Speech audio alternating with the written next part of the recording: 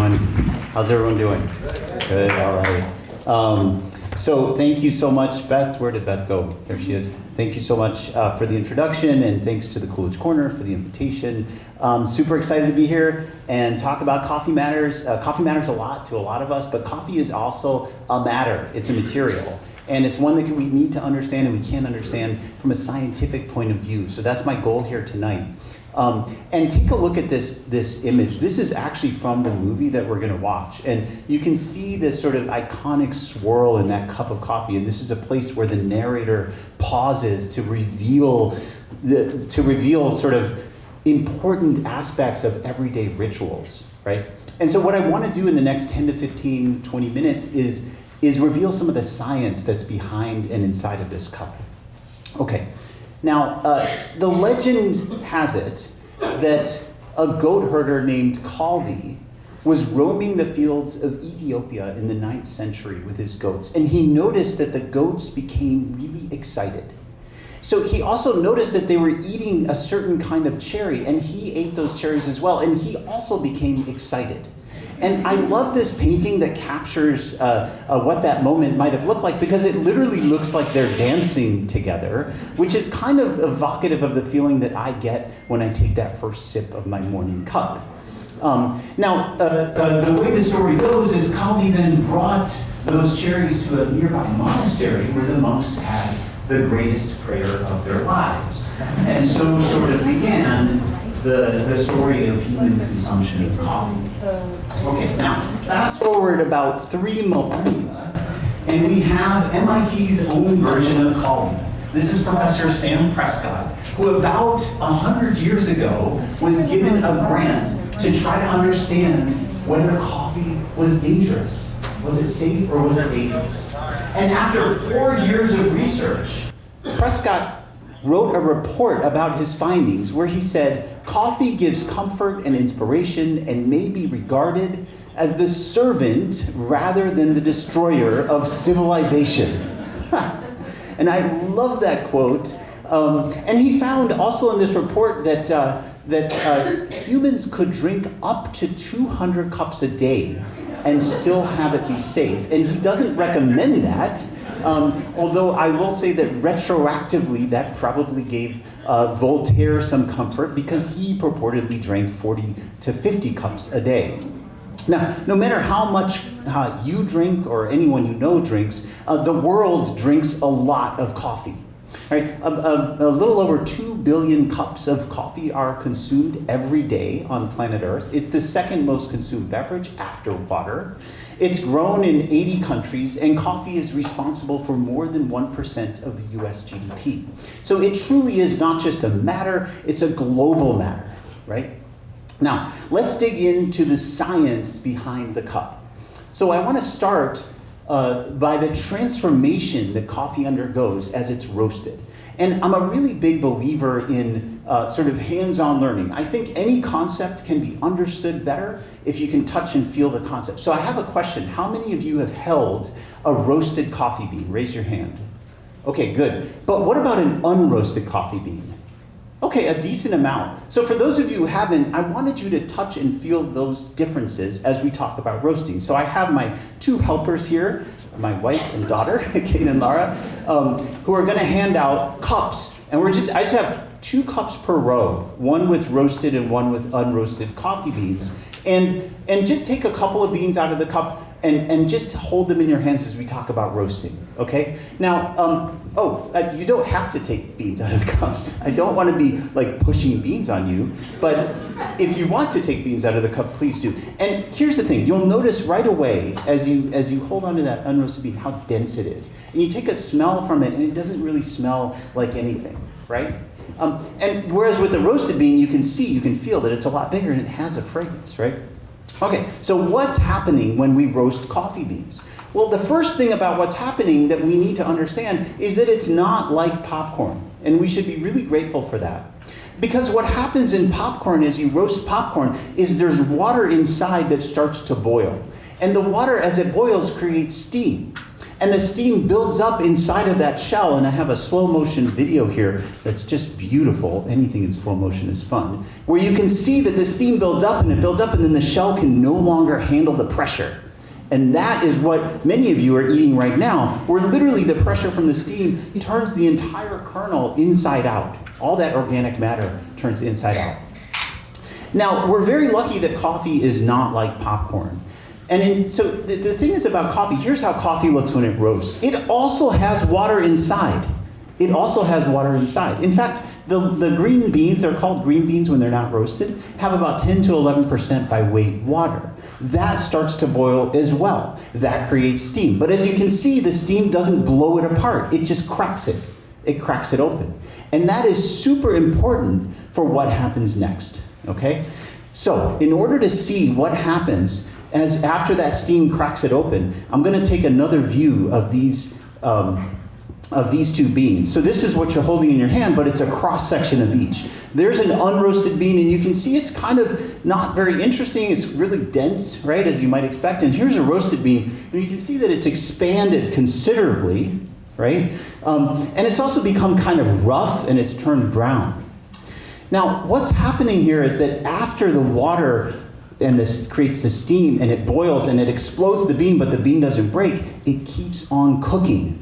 And that's really important. So the bean becomes like a little oven. And inside of that oven, you're able to do chemistry. And that's super important for why coffee becomes what it becomes, right? So you're able to roast, you're able to actually cook what's inside of there in a way that you never could with popcorn or many other types of seeds. Why can you do this with coffee? It's because of how special and unique the material that makes up the bean is. It's both flexible and really strong. So what it can do is it can stretch, like you can see and you can feel, but it doesn't break. It just cracks a little, and then it keeps on cooking.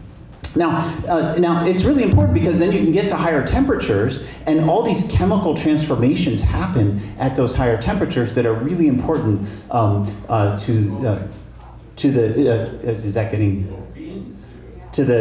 the taste of coffee and the aroma of coffee and what happens. So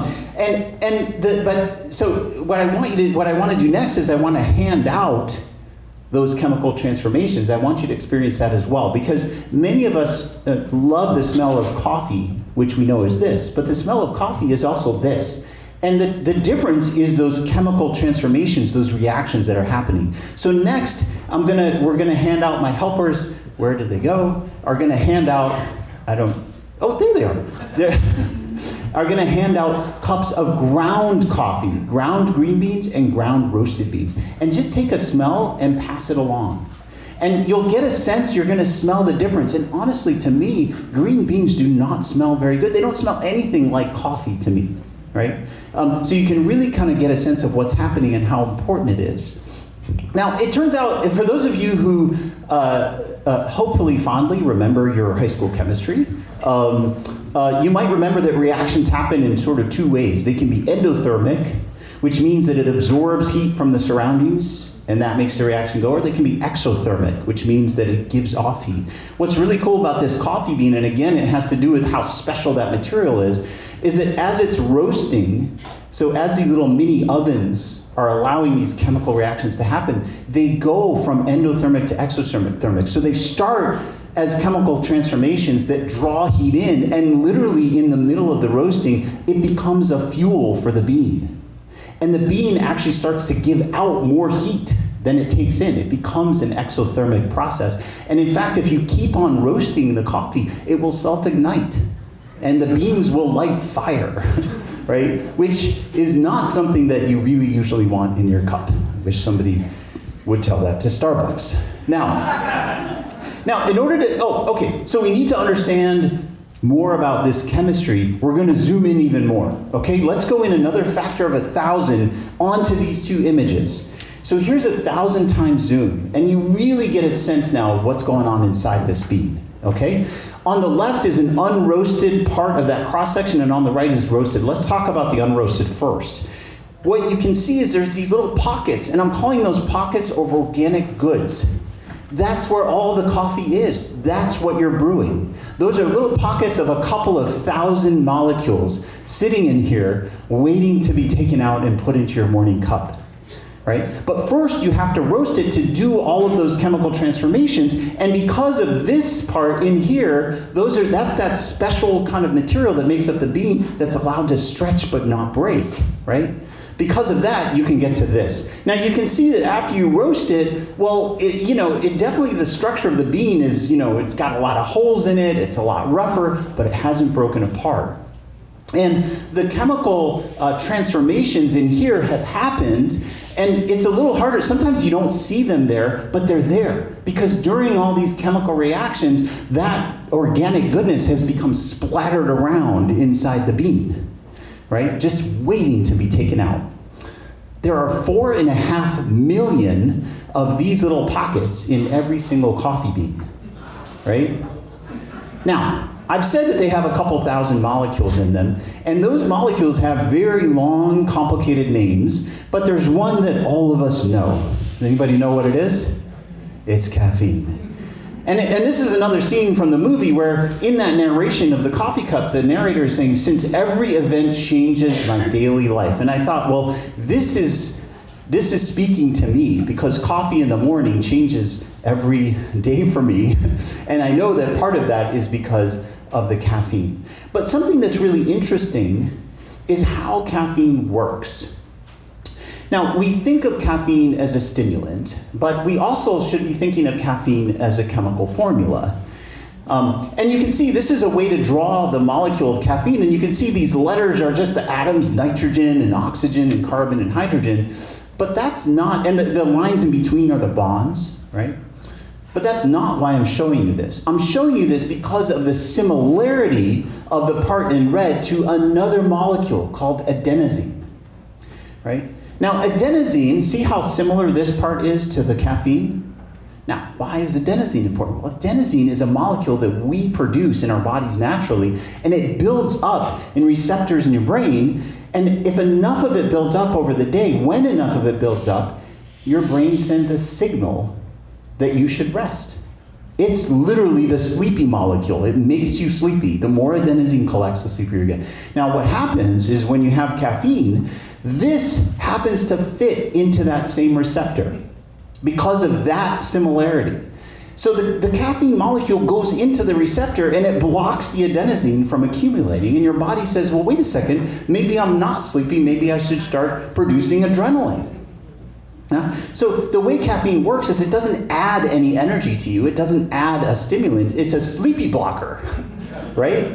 But so your own body will react to that, but really what it's doing is it's a little bit kind of stealing from your own future, if you think about it, right? But as I take my morning coffee, I don't mind a little bit of biological thievery. But that's how caffeine works. Now back to the bean and getting all those beautiful chemistries out. We want the caffeine and we want the other 2,000-ish molecules to come out and get into your cup. And to do that, you've got to grind it. You've got to grind the bean. Okay, so that's the next thing. And it turns out that humans have been grinding beans and seeds for a long time. There's a mortar and pestle from 20,000 BC. Here's a bakery in Pompeii. I love this picture. This is stone grinding of seeds. And they used to hook up mules to the sides here to rotate one stone on top of another. But here's how we grind coffee.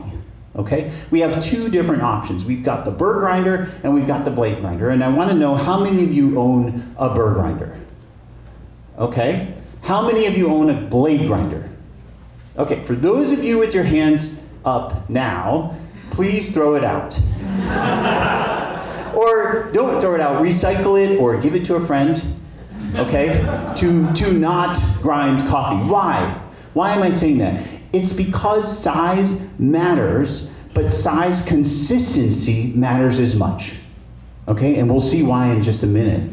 Right? So what happens in a burr grinder is the beans are forced between two pieces of metal that are precisely a certain gap apart, and that really helps you control the size of the ground, right? Whereas a blade grinder is just hacking away at this stuff and creating a huge distribution of sizes of grinds. Okay, now why is that important? Well, let's zoom in again. If you look at coffee grounds on a slide, which is what we did in the lab here, but then you zoom in on a single ground, okay? Look at, that's just beautiful, right? This is beautiful. This is a single ground of coffee, and look at how complicated it is. It is so rich with structure and chemistry. It has thousands of those little pockets just in this one ground. It's got pores. It's got fragments of its own walls, right, that have been beaten into it in weird ways. And what happens is when the water touches this ground, it kind of ebbs and flows through it and around it, and it diffuses into it. And you can imagine that because of how complicated this is, if now you've got lots of different sizes, well, that water flowing to get those pockets of organic goodness out is going to have a very different effect. It's going to be much harder to control if the size isn't controlled, right? So the size control of these grounds is actually really important for a good, consistent brew. Okay, well, so that gets me to the last point that I want to make, which is makes it even more interesting and complicated in terms of how you get the organic matter out, right? So here's another picture of those pockets. And now what I want to do is I want to show those 2,000 molecules, but in a very simple form, in 4 categories. First, you've got the red ones, which are like acids and caffeine. Then you've got the yellow ones, which are oils and fats. And then you've got, hundreds of what I'm calling flavor molecules, which give it the aroma and the flavor of coffee. And then finally, you've got these kind of largest ones, which are carbohydrates and fibers. Now, I'm classifying them, so they're sitting in their cages, in their pockets, just waiting for the water, right? Because now we're talking about the water finally coming into contact with these. But the thing is, the reason I'm classifying them differently and I'm color coding them is that they have, these classes of materials and chemicals have different solubilities. That means that the way they dissolve in the water is different. And that means they come out in different stages. So the red ones, the acids, come out first. But these green ones, the fibers, they're bitter tasting, they come out last.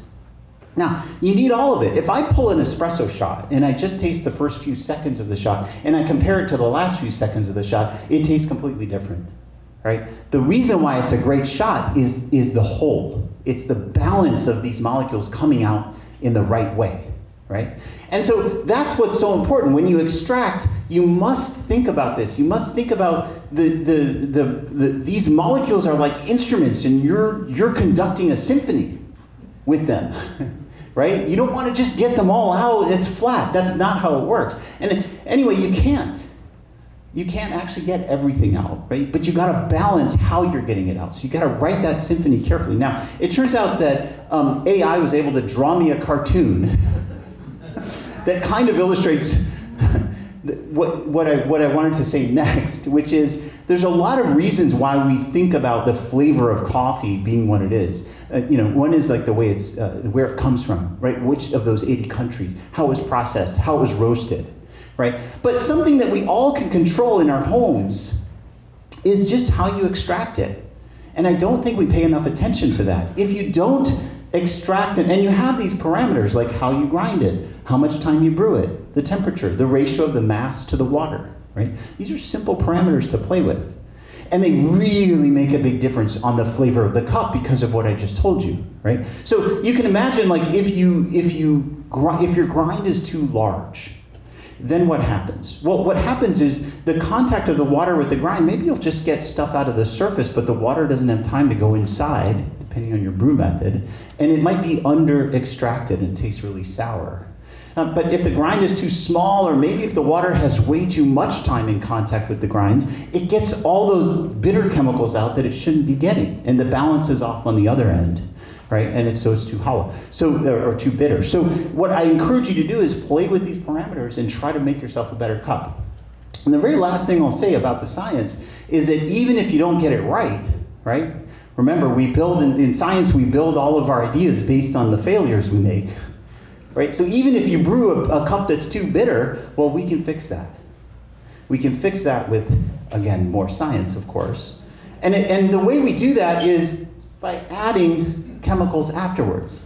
Now, so if my cup is too acidic and I add just a pinch of baking soda, the acidity goes away. And if the cup is too bitter and I add a pinch of salt, it won't taste salty. If it's just a little bit of salt, it won't taste salty, but the bitterness will go away. What I love about these fixes, these chemical fixes, is they're operating on totally different principles. Right? The baking soda actually reacts chemically with the acids. It neutralizes the acids, right? But the salt doesn't react with anything in the coffee. The salt just coats your bitter receptors on your tongue momentarily while you enjoy the rest of the taste, right? This is such a cool way to see how chemistry and coffee work together that I have actually brewed. And now I wanted to do a tasting. It turns out that a tasting with like hundreds of people is difficult. So we didn't have time to hand it out. But I brewed a highly under-extracted and a highly over-extracted batch. And I have baking soda and salt, and it's out on a table, and I'll be out there if anyone wants to try this little experiment so you can really kind of, feel the extraction and how to fix it. You can meet me out there after the movie. I don't usually, it just sort of occurred to me, I don't usually invite people to have a really bad cup of coffee with me, but in the name of science, of course, that is perfectly a good idea.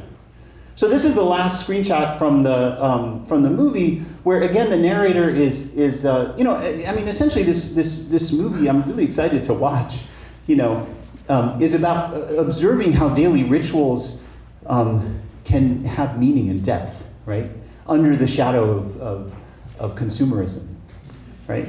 And I think that I love that maybe an object is what serves as a link. I like this a lot. And I hope that in these 15 minutes I've been able to convince you that every time you drink a cup of coffee, you understand that it is also a link to science. So with that, I will thank you very much, and let's enjoy the movie.